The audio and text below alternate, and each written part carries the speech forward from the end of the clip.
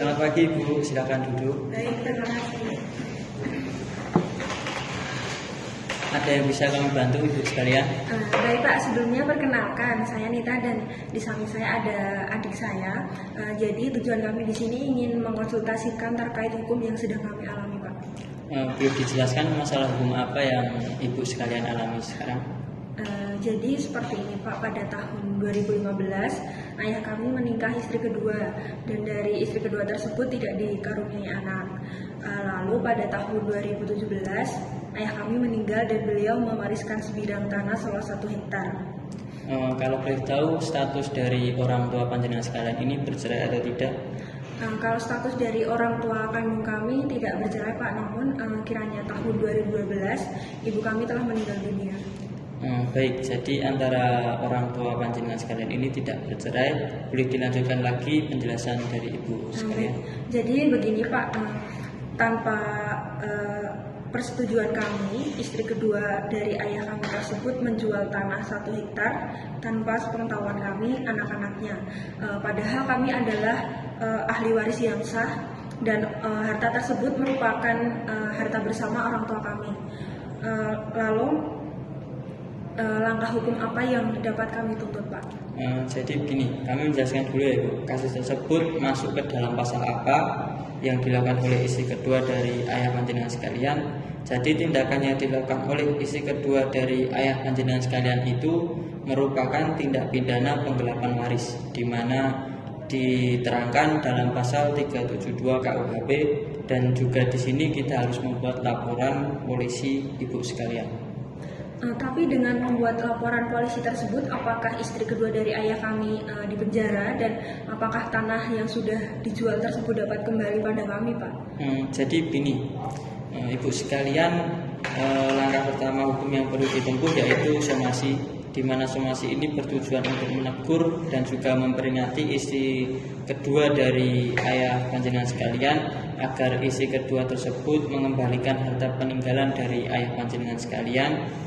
Di samping itu juga kita sampaikan juga bahwa tindakan istri kedua ayah panjenengan tersebut merupakan tindak pidana penggelapan waris sehingga mempunyai konsekuensi hukum. Semoga kita harap juga somasi ini yang dilakukan untuk istri kedua dari ayah panjenengan sekalian bisa mengembalikan harta tersebut dengan cara sukarela atau menyerahkan uang dari hasil penjualan tanah tersebut kepada Ibu sekalian. Tapi apabila langkah ini tidak berhasil bagaimana Pak? Seperti yang sudah dijelaskan tadi, yakni kita akan membuat laporan polisi dari Ibu sekalian. Tapi jika kita laporkan ke polisi, apa tanah itu bisa kembali Pak? Baik, untuk itu agar rekan saya menjelaskan.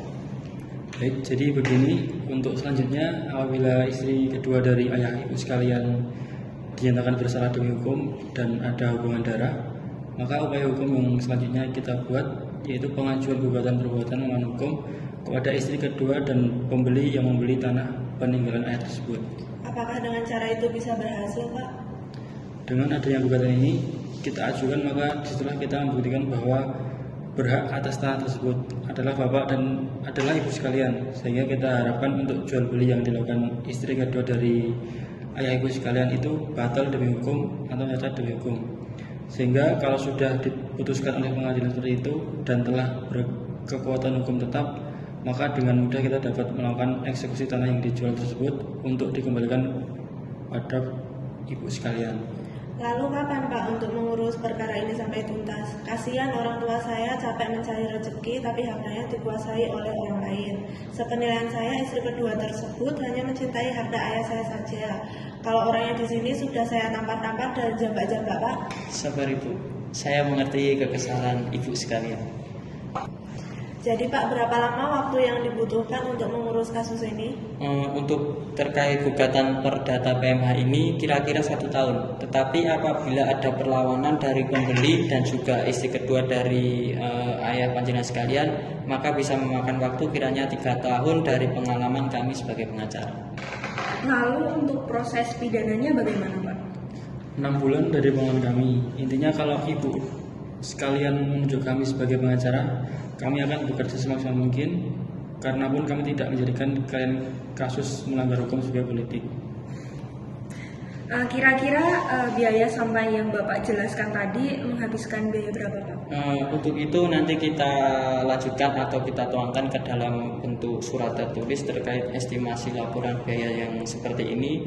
Apabila biaya tersebut kurang, kami akan sampaikan dan kami pompa melalui perjanjian kerjasama antara kita. Baik, jadi seperti itu ya Pak. Kami tunggu estimasi biaya perkara dari Bapak, dan sebelumnya terima kasih sudah bersedia menunggu kami. Baik, terima kasih kembali Ibu sekalian. Tidak masalah karena ini juga pekerjaan kami dan juga tanggung jawab kami sebagai pengacara. Baik Pak. Terima kasih Pak.